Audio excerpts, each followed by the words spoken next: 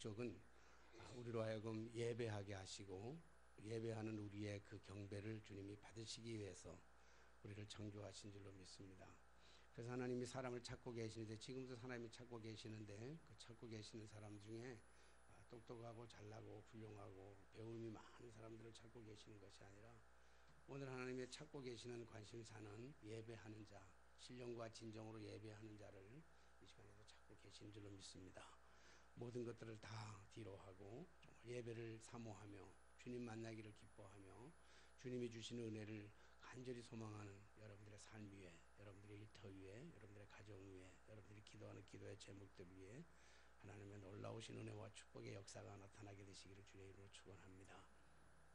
미국의 어떤 교회에 예배를 특별하게 드리는 예배 교회가 있다고 그래서, 그리고 그 교회가 날마다 부흥한다는 소문을 듣고 어떤 목사님이, 부흥이 잘 안 되는 교회 목사님이 그 교회를 탐방을 했습니다.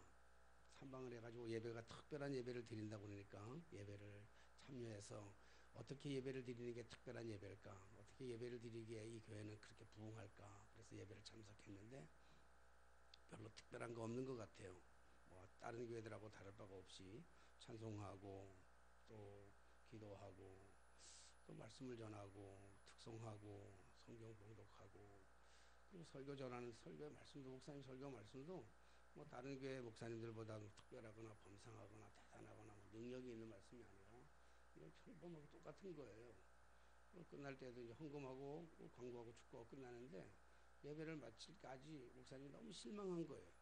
예배가 특별하다 그래서 어떤 특별한 것을 찾기 위해서, 그걸 경험하기 위해서 왔는데 예배가 다 끝나는 시간까지도 아무리 생각해도 아무리 봐도 다른 교회가 별반 다름이 없고, 그렇다고 설교가 대단한 것도 아니고 뭐 특송하는 것도 다른 교회보다 대단한 것도 아니고 별 은혜를 못 받고 아무 은혜도 못 받고 그냥 실망하고 뭐 별거 아니네, 이거 이 교회도 별거 아니네. 그리고 일어나서 나가는데, 교회 들어갔다가 나가는데 나가기 위해서 이쪽으로 가야 돼. 들어올 때는 못 봤는데 나갈 때 저 벽에 보니까 예배의 시작은 지금부터입니다 써놨더라는 거예요. 예배가 여기서 드리는 예배가 아니라 우리의 삶의 일터에서 살아가는 삶 그 자체가 예배라고 하는 그 얘기를 들으면서 우리가 이 시간에만 우리가 예배 드리는 것이 아니고, 이 예배, 진짜 이 교회, 특별한 교회는 예배가 그 예배가 아니라 여기서 드리는 예배, 당에서 드리는 예배가 아니라 우리의 삶의 현장에서 드리는 그 예배, 하나님을 경험하고 하나님을 만나고 믿는 사람으로서의 다른 사람들과 구별된 삶을 살아가는 것, 그런 삶이 진정한 예배. 오늘 여러분들의 삶의 예배가 삶 속에서 그대로 아름다운 열매로 주렁주렁 맺혀지게 되시기를 주님으로 축원합니다. 우리 자리에서 특별한 은혜, 특별한 변화, 특별한 것 아니라 할지라도 우리가 세상에 살아가면서 세상 속에서 만나는 사람들 속에서, 세상 속에 만나는 환경 속에서 우리의 삶의 예배가 하나님을 기쁘게 하고 우리의 삶을 변화시키는 그런 은총이 반드시 있게 되실 줄로 믿습니다. 착하다고 하는 그런 말이 한때는 참 사람들에게 좋은 의미로 다가왔을 때가 있습니다. 저 사람 착해. 우리가 옛날에 그래서 다른 많은 사람들이, 우리는 한때는 그것을 동경하기도 했고 그것을 로망으로 삼기도 했고, 그래서 가능한 한 착한 사람으로 살아가려고 굉장히 노력했던 적들이 있습니다. 60년대 70년대만 하더라도 학교에서 공부하는 모든 공부가 착한 학생, 착한 어린이를 만들어가기를 원했고, 교회에서도 착한 교인들을 만들려고 애를 썼던 것을 우리가 볼 수가 있습니다. 그래서 착하다고 하는 말을 듣는 것, 착하다고 하는 말을 하는 것이 굉장히 우리는 동경하며 살아왔던 그런 시절들도 있었습니다. 그러나 요즘에 들어와서 착하다고 하는 말이 왠지 이렇게 낯설어 보이는 경우가 참 많습니다. 요즘에서는 오히려 착하다 그러면 우리가 이렇게 동경의 대상이보다는 오히려 좀 미련한 사람, 착하다 그러면 그 좀 어리석은 사람, 바보, 그리고 좀 약간 뭐 좀 모자라는 사람, 이 사람들을 가지고 착하다 그렇게 얘기할 수 있는 경우가 참 많습니다. 우리가 당장에 운전을 하다 보면 신호를 지켜가지고 속도를 지키고 신호등을 제대로 지키고 속도를 지키고 이렇게 가고, 때로는 앞사람을 이렇게 새치게 하는 사람들을 이렇게 양보해 주면요, 착하게 살아가려고 이렇게 양보해 주면 뒤에서 막 크락션 올리고 빵빵 소리 지르고 손가락질하고 삿대질하고 그럽니다. 이 바보 같은 놈아, 이렇게 자리를 양보해 주느냐, 뭐 이런 식이죠.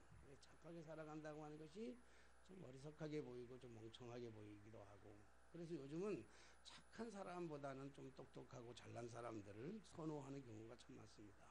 착하고 똑똑하다고 하는 것은 좀 지혜롭게 보이기도 하고 쫙싹빠르게 보이기도 하고 그리고 이윤에 능하기도 하고 때로는 사람들과의 관계 속에서 처세술과 임기응변술이 뛰어나가지고 자신들이 목적하는 바를 성공하게 하는 자기가 목적했던 것들을 어떻게든지 결과적인 것들을 가지고 사람을 평가하는 경우가 참 많습니다. 그래서 요즘은 착한 사람보다는 착한 사람을 오히려 왕따당하는 경우가 참 많습니다. 그래서 많은 사람들에게 인정받는 사람, 많은 사람들에게 존경받는 사람들은 착한 사람들보다는 오히려 똑똑한 사람들의 존경받는 시대가 되어버리고 말았습니다. 그래서 그런지 요즘 세상은 자기 PR의 시대예요.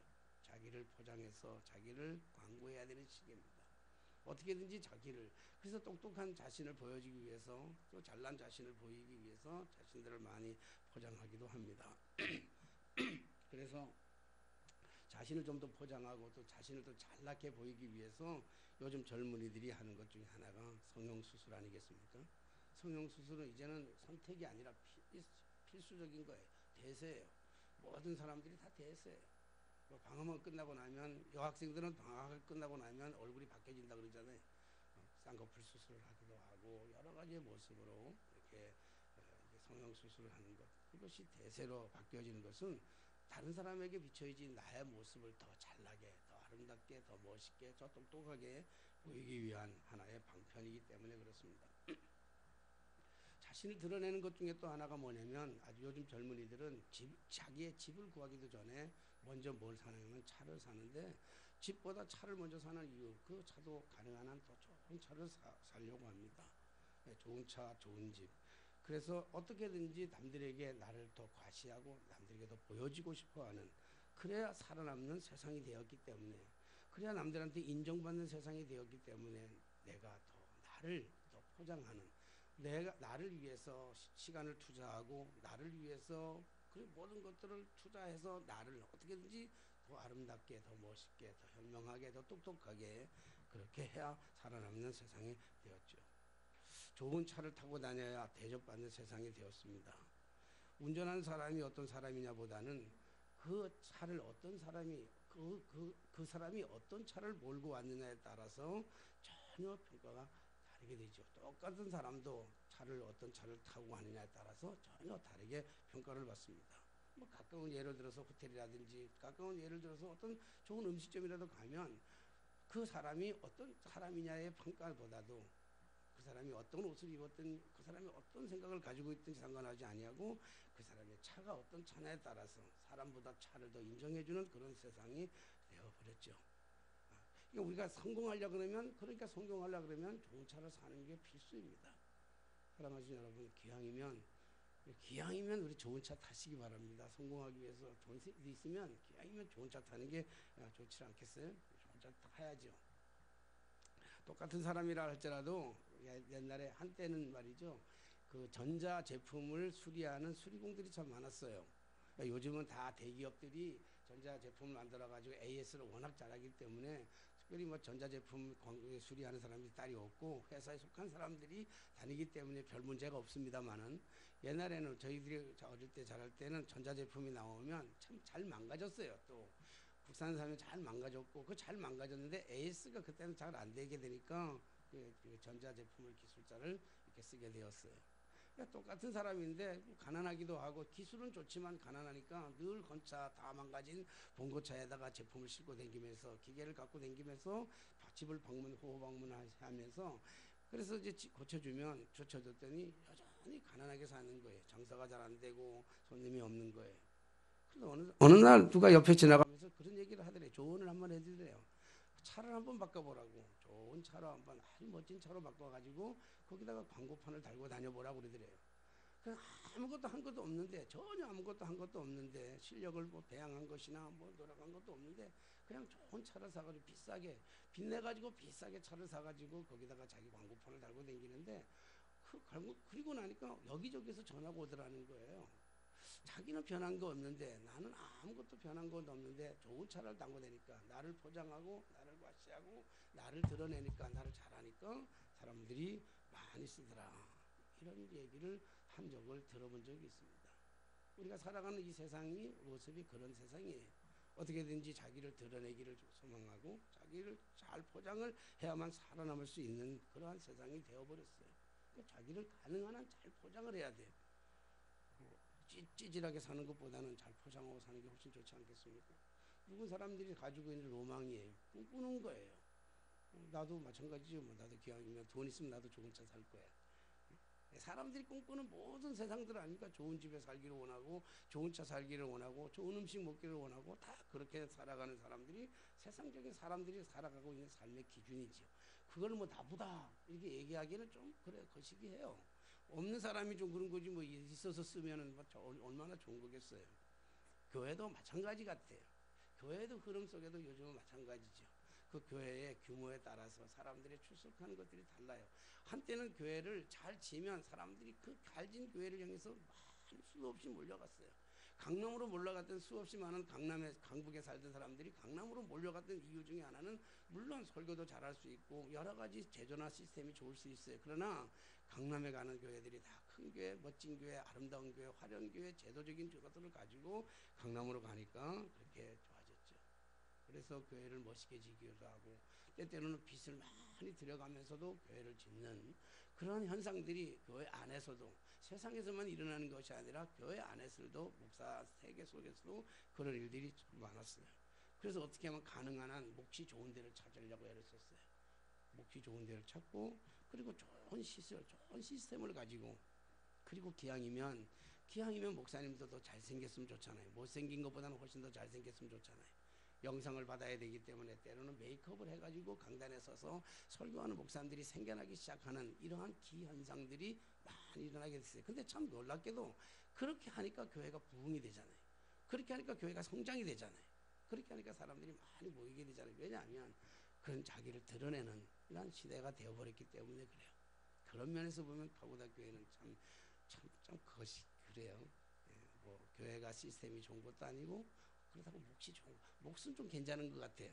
3호선 전철에서 내리면 바로 가깝고 그리고 주차장이 좋고 주차장이 많고 공간이 좋고 여러 가지 제도적 시스템이나 참 제 마음속에는 아직도 제 안에는 이렇게 막 불타오르는 열정이 식지 않는 열정이 하나 있어요.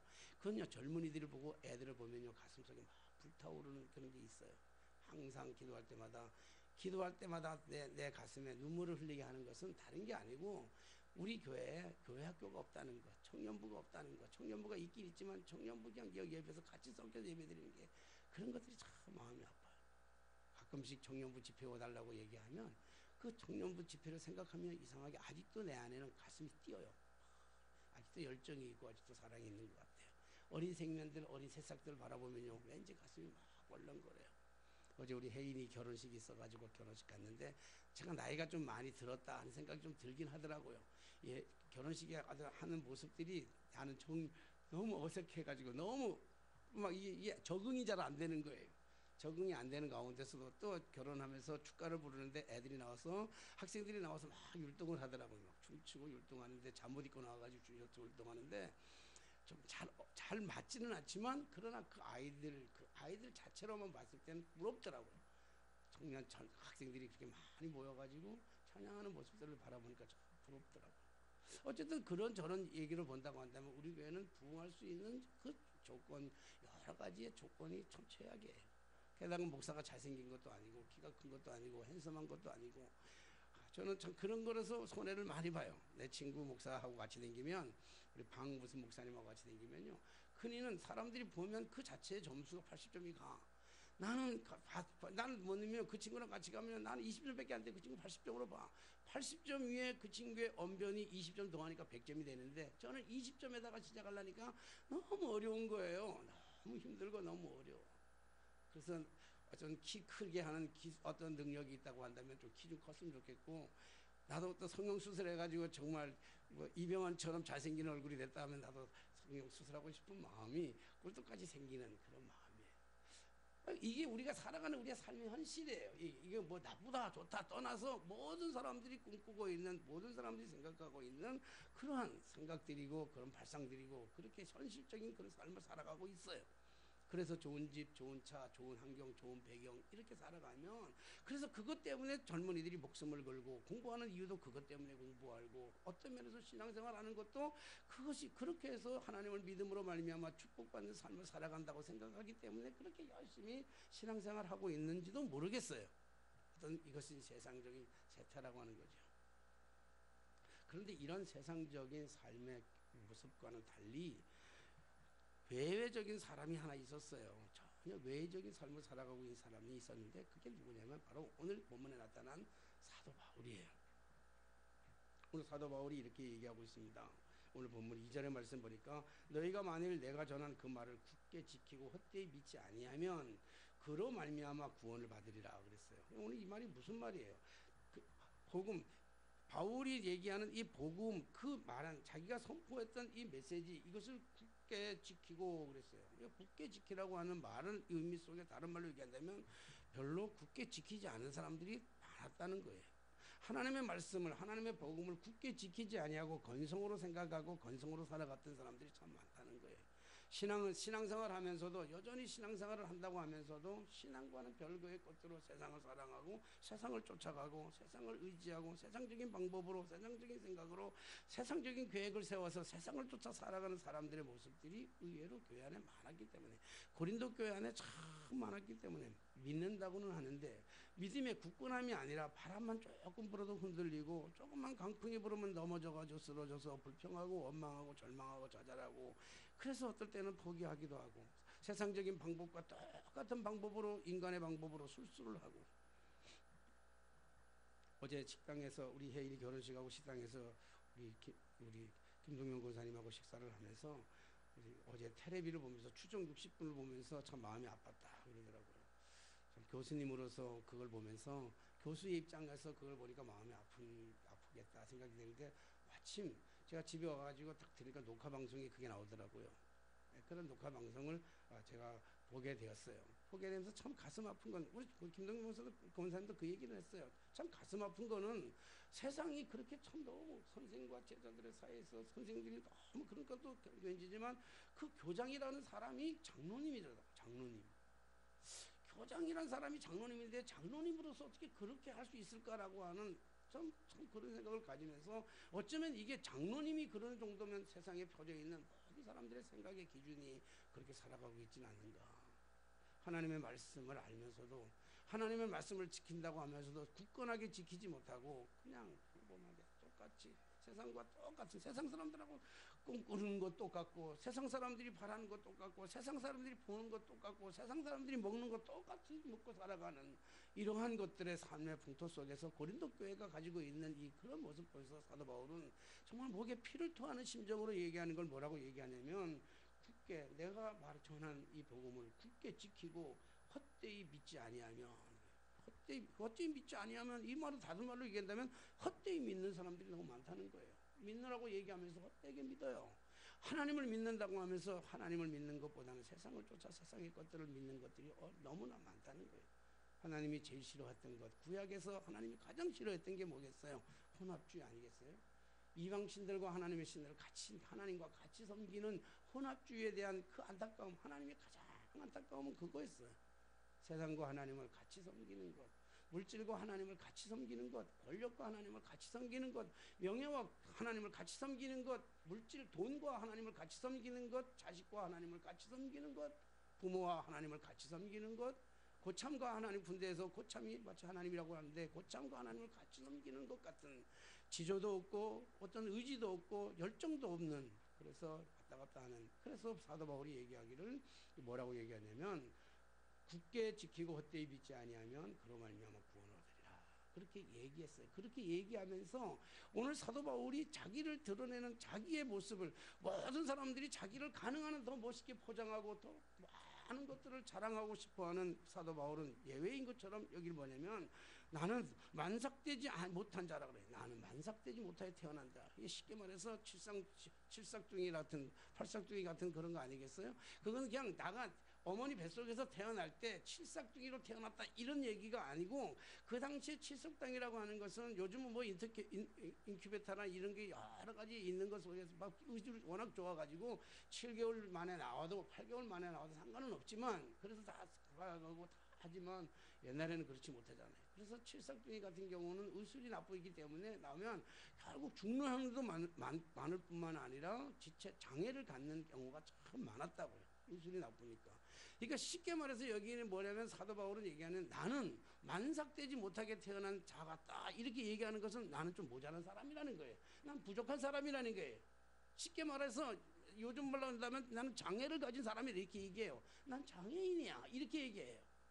여러분, 장애인을 좋아할 사람들이 세상에 어디 있겠습니까? 포장해도 더 멋있게 포장하고 훌륭하게 포장해야 되는데도 불구하고 나는 장애인이다, 나는 부족한 사람이다, 나는 만삭되지 못하게 태어난 사람이다, 맨 마지막에 만삭되지 못하게 태어난 사람이라고 얘기하면서, 또 하나 뭐냐면, 나는 사도라고, 너희 다른 사람들이 다 나를 사도라고 부른다. 그러나 나는 사도 중에서도 가장 작은 사도일 뿐만 아니라 내가 사도라고 하는 이름으로 명령받기에도 나는 너무 부족한 사람이다, 너무 창피하다, 난 아무것도 아니다. 여러분, 다른 사람들이 당신은 사도라 그러면 좀 더 과시하는 거 아니에요? 자랑해야 되는 거 아니에요? 더 많이 포장해야 되는 거 아니에요? 가끔가다 제가 나가면 좀 미안한 게 뭐냐면, 많은 사람들이 저를 저보다도 더 괜찮은 사람으로 봐주는 경우가 참 많아요. 저는 제가 알고 있는 저보다 다른 사람들이 알고 있는 제가 좀 더 포장이 되어 있는 것들이 참 많아요. 저는 그렇지 않은데, 실질적으로는 그렇지 않은데 왜 그런지는 모르지만 저를 좀 더 포장을 좀 과하게 해줘가지고 나가면 좀 인정받는 경우도 좀 많아요. 그럼 좀 기분 좋잖아요. 귀하면 기분 좋잖아요. 내가 뭐 억지로 막 포장하려고 하는 건 아니지만, 그래도 뭐 아침에 머리 감기도 하고, 제가 참 좋아하는 제 스타일로 좋아하는 거는요. 그래서 시골 묵기가 참 좋더라고요. 그때 저는 정말 좋아하는 거 뭐냐면, 아침에 일어나서 세수도 안 하고 이빨도 안 닦고 그냥 그 자리에 일어난 자리에서 침상에서 잠시 기도한 다음에, 그리고 책을 보면 너무 좋아요. 묵상도 그게 제일 좋아. 그게 가장 좋아요. 그래서 뭐 이렇게 아주 글을 쓸 때, 책을 쓸 때라든지 글을 쓸 때는, 저는 아주 중요한 걸 쓸 때는 아침 일어나가지고 새벽기도 갔다 와가지고 세수도 안 하고 그냥 대충하고 세수도 안 하고 이빨도 안 닦고 그냥 앉아가지고 그냥 하는 걸 좋아해요. 근데 세상은 자기를 포장하는 시대가 되다 보니까 요즘은 매일같이 머리 감아야 되고 매일같이 화장품 발라야 되는데, 그것도 좀 좋은 화장품 바르려고 좋은 화장품 골라다니면서 바르잖아요. 그래서 그런지 어쨌든 우리만 다른 사람들이 나를 평가해 줄 때 나보다 나를 좀 더 많은 것을 평가해, 내 안에 들어있는 지식보다 더 많은 지식을 갖고 있는 것처럼 내가 아는 것을 좀 포장해서 주는 경우가 참 많아요. 기분 좋잖아요. 우리 그렇게 살아가면 이왕이면 그 기분 좋은 거 아니에요? 그런데 이상하게 바울은 그렇지 않았어요.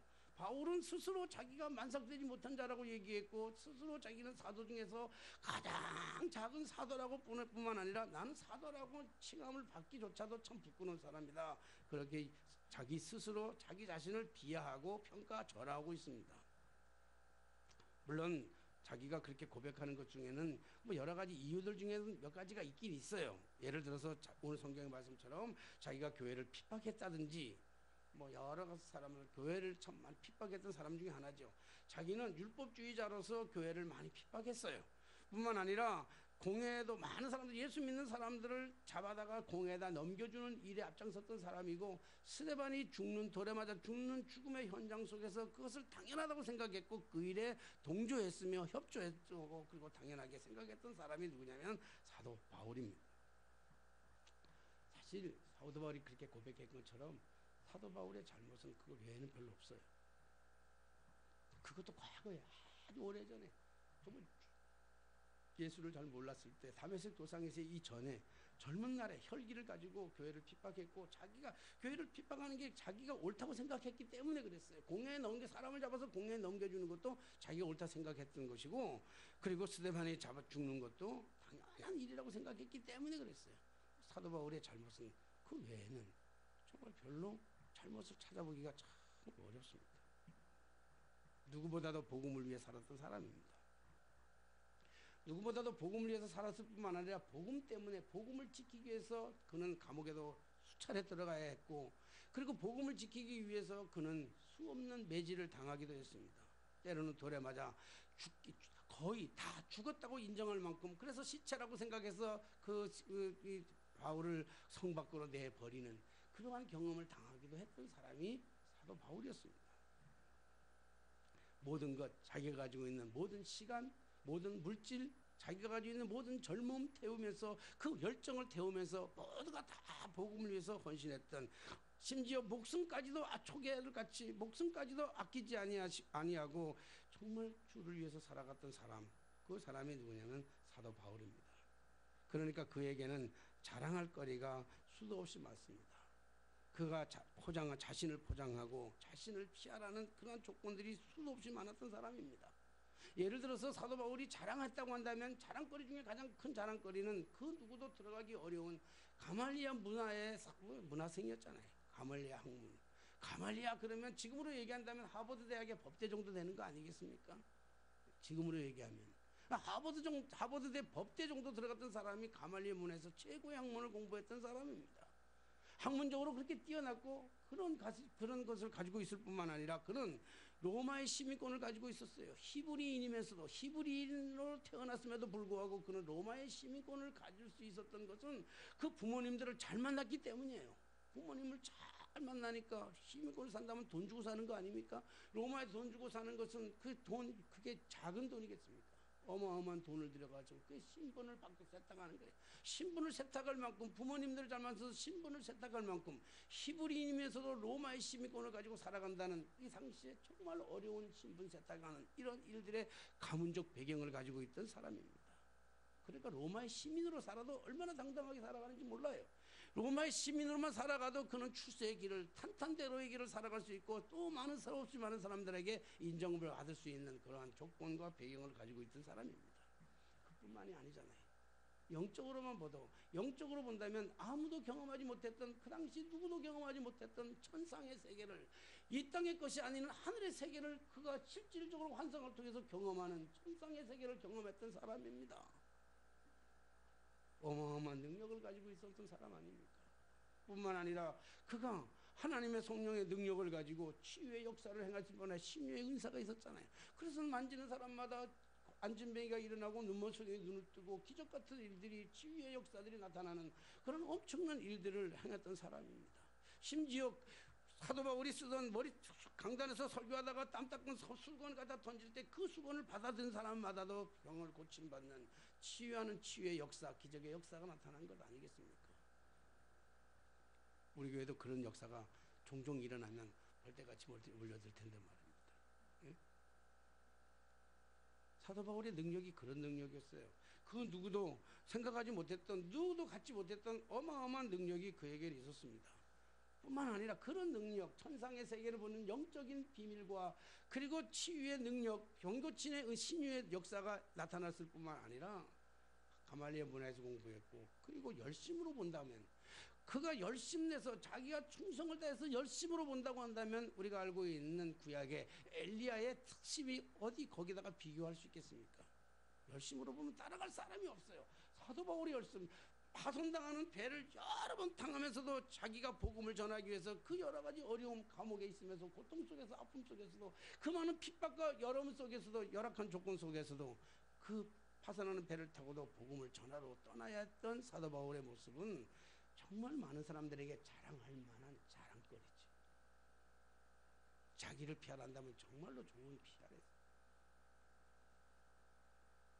굳이 약점을 잡는다면, 사도 바울에게 약점을 굳이 끄집어내가지고 약점을 잡는다면 그에게 가지고 있는 고질적인 질병의 문제가 아니겠어요?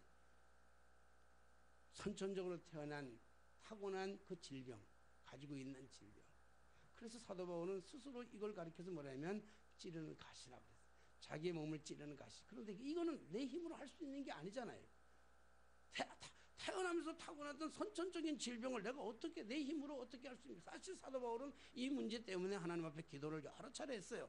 기도를 수도 없이 많이 했겠죠. 그러나 사도 바울이 목숨을 걸고 기도했던 3차례의 기도가 있다 그랬잖아요. 내가 3번을 기도했다. 3번을, 사도 바울이 3번만 기도했겠습니까? 수도 없이 어쩌면 평생을 살아가면서 기도의 내용이었는데, 그가 기도할 때마다 얘기한 것이 뭐겠어요? 그리고 목숨 걸고 기도했던 것이 이 가시를 내게서 지나가게 해달라고. 선천적으로 태어난 이 질병, 고질적인 이 질병의 문제를 내가 지나가게 해달라고 하나님 앞에 3번 간구하였으나 하나님이 말씀하시기를 내 은혜가 내게 족하도다.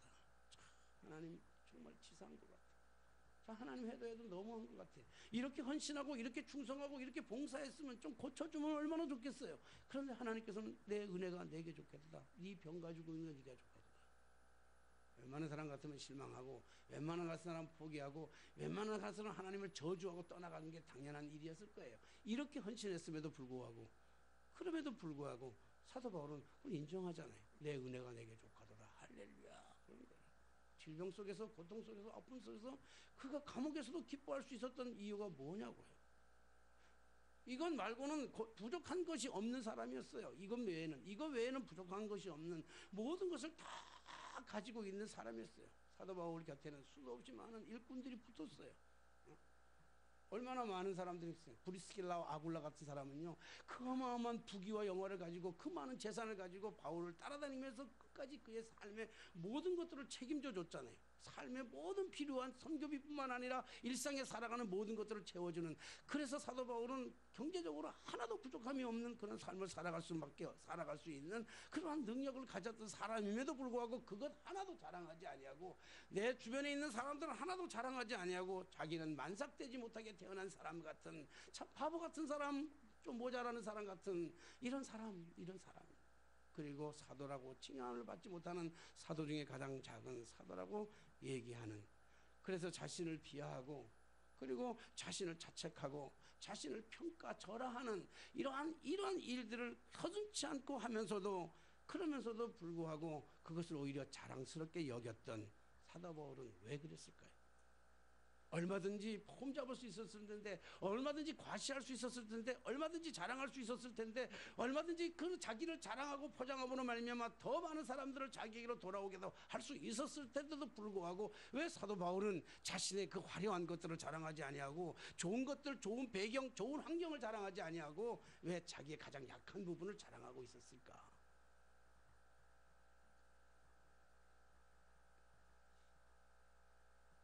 그것은 사도 바울 속에 예수 그리스도를 아는 지식이 있었기 때문에 그래요. 골로새서 2장 3절에 보니까 사도 바울은 그리스도를 한마디로 요약해서 그가 어떤 분이냐, 그런 한마디로 요약한다고 한다면 그 안에 지혜와 모든 지식과 모든 보화가 감추어져 있느니라. 예수 안에 있는 지혜, 예수 안에 있는 지식, 예수 안에 있는 모든 세상의 보화들이 그 안에 어떻게 돼 있어요? 감추어져 있다. 너는 내게 부르짖으라. 그러면 내가 응답하겠고 내가 알지 못하는 크고 비밀한 일을 내게 보이리라. 여러분, 하나님의 그 놀라운 비밀의 축복은요, 감춰져 있어요. 비밀이에요. 비밀. 하나님의 은혜는 비밀이에요. 하나님의 역사는 비밀이에요. 오늘 우리가 살아가는 것이 좀 열악하고 절박한 삶을 살아간다 할지라도 오늘 주님과 연합하여 살아가노라면 하나님이 우리에게 주시는 하나님의 놀라운 축복은, 상상하지도 못할 축복은 비밀이라고 해요. 비밀. 드러난 게 아니고 비밀. 오늘 사도 바울은 그걸 알았어요. 하나님의 감추어진, 예수 그리스도 안에 감추어져 있는 세상의 모든 지혜 위에 뛰어난 지혜, 예수 그리스도 안에 감추어져 있는 이 세상의 모든 지식 위에 뛰어난 지식, 그래서 예수를 아는 지식이, 그리스도를 아는 지식이 가장 고상한 지식이기 때문에 사도 바울은 그것 때문에 자기가 가지고 있는 모든 지혜와 모든 지식과 모든 배경과 모든 물질과 모든 가지고 있는 환경을 배설물처럼, 배설물 알잖아요. 제가 좋아하는 가장 좋아하는 배설물, 한마디로 얘기하면 똥입니다. 똥. 제가 똥을 좋아하죠. 똥처럼 여겼다, 배설물처럼 여겼다는 거 아닙니까? 왜? 그리스도 안에 감추어져 있는 지혜가, 그리스도 안에 있는 지식이, 그리스도 안에 감추어 있는 세상의 보화가 가득한데 뭘 보고 살아가겠는가, 이렇게 얘기합니다. 바울이 이 사실을 알았고 바울이 이 사실을 믿었기 때문에 그랬습니다. 그래서 사도 바울이 목숨 걸고 지키려고 했던 것이, 그리고 목숨 걸고 전하려고 했던 것이 바로 이 복음이에요. 복음이란 그리스도에 관한 하나님의 약속이고, 복음이란 것은 하나님의 구원하시는 능력이며 새 언약입니다. 예수 그리스도의 죽음으로 죄 사함을 얻는 것, 예수 그리스도의 부활로 영생의 축복을, 그리고 영생의 축복을, 영생의 은총을 선물로 받는 것, 이것이 바로 복음이라는 거예요. 이것이 사도 바울이 알았다는 거 아닙니까? 사도 바울이 알았고 사도 바울이 이 사실을 깨닫고 믿었던 거예요. 오늘 사도 바울이 이것을 아는 것은 어떤 단순한 통찰에 의해서 알아진 게 아니에요. 오늘 성경이 얘기하는 거예요. 오늘 성경에서 사도 바울은 강하게 자기가 목숨 걸고 난 다른 것들을, 내가 가지고 있는 배경을 자랑할 것이 아니고, 내가 가진 어마어마한 것들을, 좋은 것 가지고 있는 것, 그거가 아니고, 내가 자랑하는 것은 내가 연약한 것, 내가 부족한 것, 내가 어리석은 것, 내가 미련한 것 자랑하는데, 이 자랑하는 그 이유는 내가 왜 그런가 하면 복음 때문이라는 거예요. 복음 때문인데, 이 복음이 뭐냐면 예수 그리스도가 우리를 위해서 죽으셨고, 나를 위해서 죽으심으로 말미암아 내 죄가 사함을 받았고, 예수 그리스도가 나를 위해서 다시 부활하심으로 말미암아 내가 새 생명을 얻어서 영생의 축복을 얻었다고 하는 이 어마어마한 복음의 가치를 그가 알았기 때문에 그래요. 근데 이 복음의 가치를 단순히 어떤 통찰력, 자기 어떤 머리가 좋은 통찰력으로 그렇게 깨달은 게 아니고, 그리고 어떤 성경을 어떤 뭐 공부를 통해서, 누구에게 공부를 통해서 누구에게서 배워서 깨달은 것이 아니고, 사도 바울이 얘기는 자기가 그걸 체험했다는 거 아닙니까? 그걸 경험했다는 거 아닙니까? 하나님을 만나는, 예수 그리스도를 만나는 체험적 신앙이 그에게 있었다라고 그렇게 얘기하고 있습니다. 사랑하신 여러분, 사실 그 사람을 알려면 그 사람의 경험을, 그 사람이 경험했던 것을 같이 경험해봐야 알 수 있는 거지요. 만약에 그 사람을 아는데 그 사람에게 있어서 그 사람이 경험하지 못한 것을 가지고 그 사람을 안다고 하면, 그 사람은 아는 것은 다 아는 것이 아니라 절반밖에 모르는 것이죠. 오늘 사도 바울이 왜 자기 자신을 세상의 그 좋은 것들, 좋은 배경, 자기의 피안의 시대 속에서 자기를 더 넓게 포장할 수 있음에도 불구하고 자기를 비하하고 자신을 평가절하하면서까지 그렇게 고백했던 것은, 자기가 만났던, 자기가 경험했던 그 하나님, 그 예수 그리스도의 구원의 역사가 너무 크기 때문에, 그러니까 세상의 그 어떤 것도 가치 있게 보이지 않는 거예요. 주님이 우리를 위해서 이 땅에 오셔서 자신의 포장에서 화려하게 드러낸 것이 아니라 가장 낮은 자리에서 철저하게 봉사하고 섬겼고, 그리고 우리를 위해서 죽으셨던, 당신의 몸까지 내어주셨던 그 주님의 그 놀라운 사랑. 근데 오늘 성경에 보니까 여기 말씀하잖아요. 3절의 말씀 보니까 내가 받은 것을 먼저 너희에게 전하니, 뭘 받았다고 그랬어요? 받은 게 있어요. 받은 걸 전하니, 여기에 성경대로 그리스도께서 우리 죄를 위하여 죽으셨고, 성경대로. 오늘 사도 바울은 율법주의자입니다. 율법을 전공했던 사람, 구약을 통달했던 사람입니다. 가말리아 문화에서 율법을 통달했던 그런 사람임에도, 그런 사람이 성경을 통해서, 구약을 통해서 수도 없이 말씀하셨던 그리스도, 그분이 오셔서 우리를 위해서 죽으셔서 우리를 위해서 죄를 사해 주실 것이라고 하는 그 약속의 언약들, 그리고 장사된 지 사흘 만에, 장사 지낸 바 되셨다가 성경대로 사흘 만에 다시 살아나신, 오늘 그는 제자들을 통해서 사흘 만에 다시 살아나셨던 신약의 성경을 성취를 이루셨던 성경의 말씀대로, 자기의 어떤 통찰력이 아니라 성경의 말씀 그대로 살아났던 그 예수, 그 예수를 만났다는 거 아닙니까? 다메섹에서 만났다는 거 아닙니까? 게바에게도 보이신 후에 12제자에게도 보이시고, 그 후에 500여 형제들에게 일시에 보이셨나니, 그 중에 지금까지 대다수는 살아있고 어떤 사람은 잠들었으며, 그 후에 야고보에게도 보이셨으며, 그 후에 모든 사도에게와 맨 나중에 만삭되지 못한 나 자신에게도 보이셨느니라. 주님을 본 것, 부활하신 주님을 본 것조차도 나의 노력, 내 의지가 아니라 주님이 보여주신 하나님의 은혜라는 거 아닙니까? 만났던 은혜, 하나님의 은혜가 컸습니다. 그래서 사도 바울은 얘기하고 있습니다. 나의 나된 것은 하나님의 은혜로 된 것이니, 내게 주신 그 은혜가 헛되지 아니하여 내가 모든 사람보다 더 많이 수고했지만, 모든 사람보다 더 많이 수고하고, 모든 사람보다 더 많이 가질 수 있고, 모든 사람보다 더 잘날 수 있었지만, 그건 다 아무것도 아니에요. 그건 아무것도 아니에요. 오직 나와 함께 하신 하나님의 은혜로다. 자랑할 것이 있다면 하나님의 은혜 외에는 자랑할 것이 없다. 이게 사도 바울의 고백입니다. 사랑하신 성도 여러분, 오늘 우리는 무엇을 자랑하며 세상을 살아가기를 소망하십니까? 우리가 가지고 있는 배경, 우리가 가지고 있는 어떤 학문, 우리가 가지고 있던 어떤 미모, 이런 거겠습니까? 세상 사람들은 그것을 쫓아가지만, 사도 바울, 오늘 자신의 가장 연약한 부분을 드러낼 때마다 하나님은 그를 가장 높은 자로 세워주셨습니다. 하나님은 똑똑한 사람을 찾고 계시는 것이 아니라, 하나님은 좋은 배경을 가지고 있는 사람을 찾고 계시는 것이 아니라, 스스로 주님의 은혜에 감격하여 스스로 낮아지는 자, 스스로 내려놓은 자들을 주님은 가장 높은 자리로 세워주시는 그런 하나님이신 줄로 믿습니다. 사도 바울은 여러분 복음에 있어서 기독교의 역사 속에 사도 바울만큼 가장 위대한 인물이 누가 있습니까? 예수님 다음으로 가장 위대했던 인물, 그가 바로 사도 바울입니다. 오늘 주님이 자신을 내려놓았던 것처럼, 사도 바울이 자신을 내려놓았던 것처럼, 오늘 우리가 우리의 세상적인 것들을 자랑할 것이 아니라 복음 외에는, 사도 바울 고백처럼 오늘 나는 복음 외에는 복음 외에는 내가 자랑할 것이 없도다. 오늘 우리의 자랑이 그리스도로 인해서 자랑하는, 그래서 입만 열면 다른 것이 아니라 그리스도를 자랑하는, 그래서 그 그리스도의 자랑이 하나님의 영광이 되고, 하나님의 영광이 우리로 하여금 세상 사람들이 추구하는 이것들을 소유하는 축복의 은총의 통로가 되는 그러한 지름길이 되게 되시기를 주님의 이름으로 축원합니다. 기도하겠습니다. 가진 것이 많지 않아서 때때로 절망하기도 하고, 다른 사람보다 너무 미약한 것 같아서 힘들어하고 괴로워할 때도 많았지만, 사도 바울은 가진 것을 자랑하는 것이 아니라 없는 것을 자랑했고, 잘난 것을 자랑한 것이 아니라 모자란 것을 자랑했으며, 그 모자란 것을 자랑하면서도 늘 마음에 감격과 기쁨이 있었던 것은 그 안에 모든 것을 가지고 있는 예수 그리스도의 지혜와 예수 그리스도의 지식과 예수 그리스도의 보화 때문인 줄로 믿습니다. 주, 오늘도 우리가 세상을 살아가면서 이 모든 것들로 인하여 감사하게 하시고 감격하게 하시고 기뻐하게 하시고 승리할 수 있도록 주여 은혜를 베풀어 주옵소서. 예수님의 이름으로 기도하옵나이다. 아멘. 찬송가 50장 부르시면서 드레스니엠을 봉헌하겠습니다.